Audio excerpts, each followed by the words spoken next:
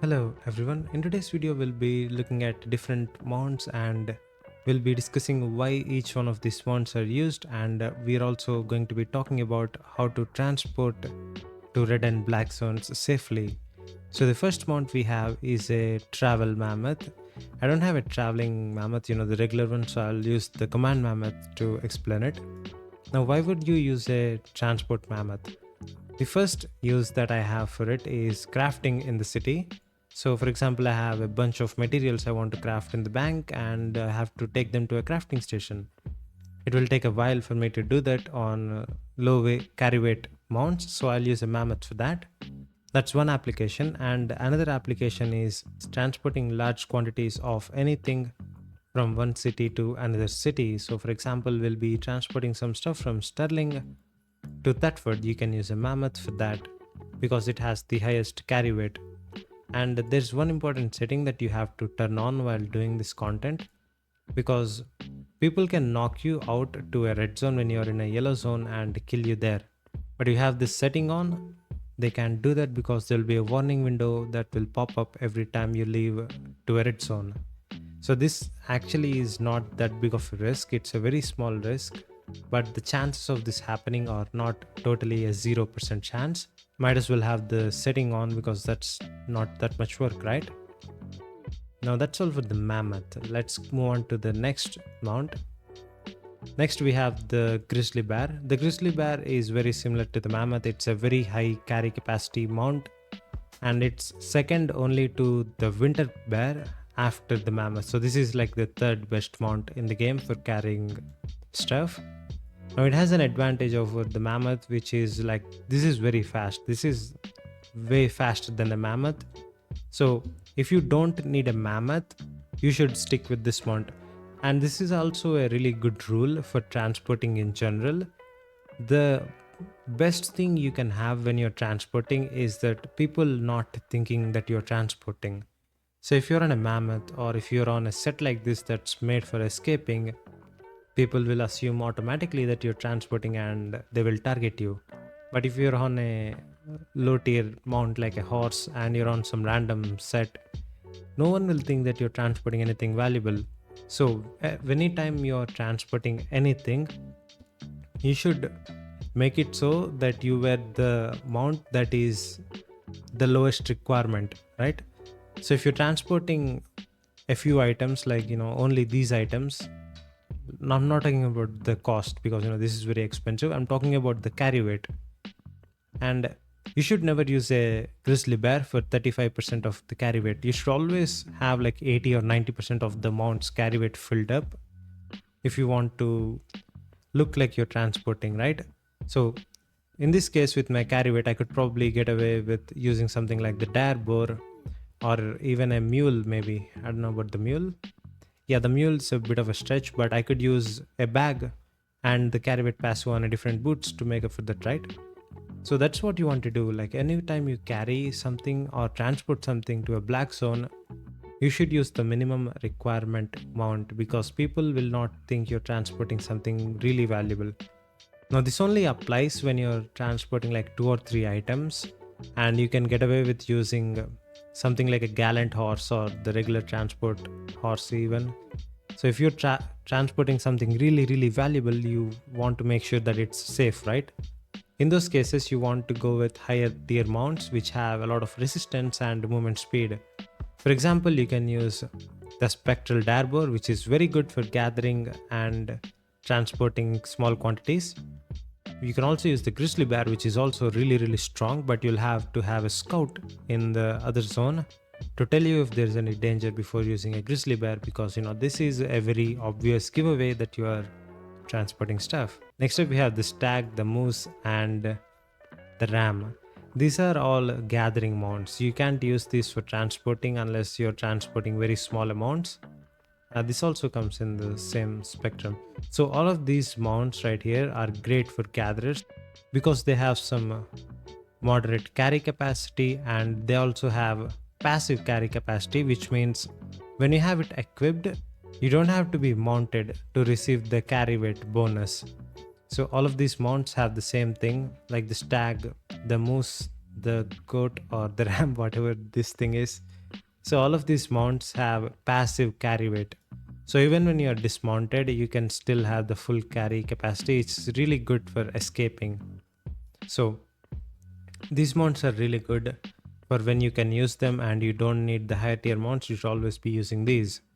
I guess this one also falls into the same category, but this is really high in terms of carry weight, so you can use it for full on transports. This is one of the best mounts in the game for transporting. Really strong. Next up, we have the build we'll be using for transporting. So the build is also the same thing as before, right? You don't want people to think that you're transporting stuff. So if you're not on like a mammoth or a bear, that does not give away that you're transporting it. Like if you're on a horse, don't use gear like this because this is an obvious giveaway, right? This is an escape set. You can still use it, it's not too bad. But as soon as someone sees a Sterling cape, they will immediately think that you are a transporter and they will target you. The Sterling cape is also really good for anti-ganks because this will make you immune to the first CC effect you take. So for example, a mace jumps on you to stun you or root you, you will be immune to the first CC effect. But a lot of times what people do is use claws. Let me show you that real quick. So in the dagger tree, there's a weapon called as claws. I think a lot of people know them actually. So when you use the claws, you get an ability known as Shadow Edge. The Shadow Edge is technically a stun that has a really long reach. So if you're standing over there, they can just throw a Shadow Edge on you that will stun you and proc your Sterling cape, and as soon as you are stunned, the cape will cleanse you. You'll move on, right? And someone else will be like 10 feet away from you. They will use a CC and you'll get caught because you already spent your CC cleanse on like what a 0.2 second stun. People can really exploit Shadow's Edge to proc Sterling cape. So Sterling cape has that downfall. So as long as you're not transporting anything really valuable or transporting everything you own, don't use the Sterling cape and don't use anything that tells other people that you're transporting. Just use some random shit and you'll be fine. I actually did that in this video, so I'll just show you the footage of that and I'll also go in depth on how you should transport. Now let's go to that footage. Now in this video I'm going to be transporting this 5.4 weapon I got in a group dungeon, and yeah, we'll see how much money we can make by transporting that. And along the way I'll be giving you guys some tips on what to do and what not to do. Now for the first thing you want to do is not use an expensive set, because if you're on an expensive set you'll be a bigger target for the gankers. Now I'm in a random 4.1 set. The gankers will think I'm just doing some farming or whatever, so they won't bother me because I have nothing that's of apparent value on my set, right? And another important thing is if you do not need a transport mount for the carry weight, never use them, because the transport mounts like oxes, bears or whatever, they're really slow and yeah, they just get caught really easily, so it's not very good. So transport mounts actually have a lot of health and resistance, but it really does not matter because that will only delay the inevitable in case of a gank. They're not really that good, especially because people can just stun you in a place and kill your mount in like what, 20-30 seconds. So if you can help it while transporting, go on random cheap set so people just don't think you're worth their time and they'll just leave you alone. And another really important thing to do when you're transporting is constantly be on lookout for the hostile counter on the screen. If it's above like 4 people, you can just not go to that zone or wait until they leave that zone outside of that zone, right? Or another really good thing you can do while transporting is hiring someone to be a scout. So for example, if I am a scout and there is a guy transporting on a mammoth behind me, I would come into this zone before him on a really cheap set, like something like this, and I will be on lookout, just to tell him that there's no gankers here or there is gankers in this spot, go in another direction, something like that. So always use a scout if you are transporting a lot of money. You can just pay the scout like $1 million or $2 million, and you can transport like a few 100 million at once. I know a lot of people who do that. And another thing to keep in mind while transporting is the player activity on the certain time you're playing, right? So when you're playing in prime time, there'll be a lot more people online than when you're not playing in prime time. When you're transporting, just play on dead hours of the game so you won't interact with a lot of people. There'll just be less people online. And when you're transporting, it's really good if you transport at the bandit assault timer, because when bandit assault is going on, there's a lot of people that converge at Carlion. They'll come from all cities, they'll go to Carlion, right? So gankers will be very scared to do anything in that time, because it's very dangerous for them. They'll just get mobbed by like a huge faction blob. So you can always gather or do any red zone content when bandits going on, and there'll be a lot less people online. And there's like zero gankers in this zone, so it's pretty safe for now. Oh, what's that? Apparently someone just aggroed the mob and ran. Yeah, might be this guy. Yeah, it was him. He got destroyed by those things. God damn. It's a new player. So yeah, if you're a new player like that, don't do what he's doing. You should never be away from your mount's radius. So for example, let's say you wanted to dismount for something. You see this white circle? You should never step out of this circle like this, because that will despawn your mount, and after that you'll have to wait for a large channel for you to mount up. But if you are not outside the circle, all you have to do is click on it. It will go much faster. It's a lot safer in case of a ganker spotting you from, in the corner of your screen. I'm only showing you the whole route this time, because a lot of people want to transport items for money, and I just wanted to help some people. You can see how it goes, like what you want to think about, what you want to look out for when you are doing a transport. Obviously this is just a small run, this is not very consequential even if I lose this item, but in general, no matter how valuable your items are, if you follow these steps that I am telling you, you'll be fine, probably fine. There is no guarantee of anything, because this is a black zone, I mean a red zone, and it's always volatile, right? And this guy is faction flagged, you see that? So one sec, I don't know what happened. There's a random bug on OBS. Okay, so as I was saying, the guy was faction flagged, right? If it was someone from an enemy faction, they could try to fight us. So when you're transporting items, you can unflag and transport without any faction flag.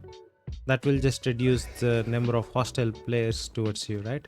So one thing to keep in mind when transporting: do not dismount for bodies like this when you see them. Usually there are some people who can trap you with this, so they'll just use this bodies as a bait and wait outside the screen, and when you dismount they can just charge in with the invisibility potion. So do not dismount while transporting valuable items. Now in this zone there is 3 gankers currently. Oh, there is 5, so they went up. So what you want to do when you have a lot of gankers in a zone is not stick to the road. Go to the sides and stay away from the main roads, because that's the easiest spot to gank usually. You'll need a lot of people to cover the entire zone, right? So gankers generally just stick to the main roads and choke points when they're ganking. So try to avoid those spots and you should be fine. I'm just cutting through the map from the center, because that's where the gankers are less likely to be, because there's no road in the center. They can also be in the center here where there's a gathering spot, but generally they are not very active over there.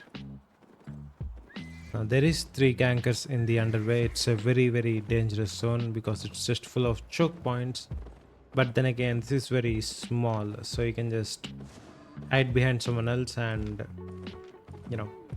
make them take the damage for you, I guess. So look at all of these deaths here. This is a very dangerous spot.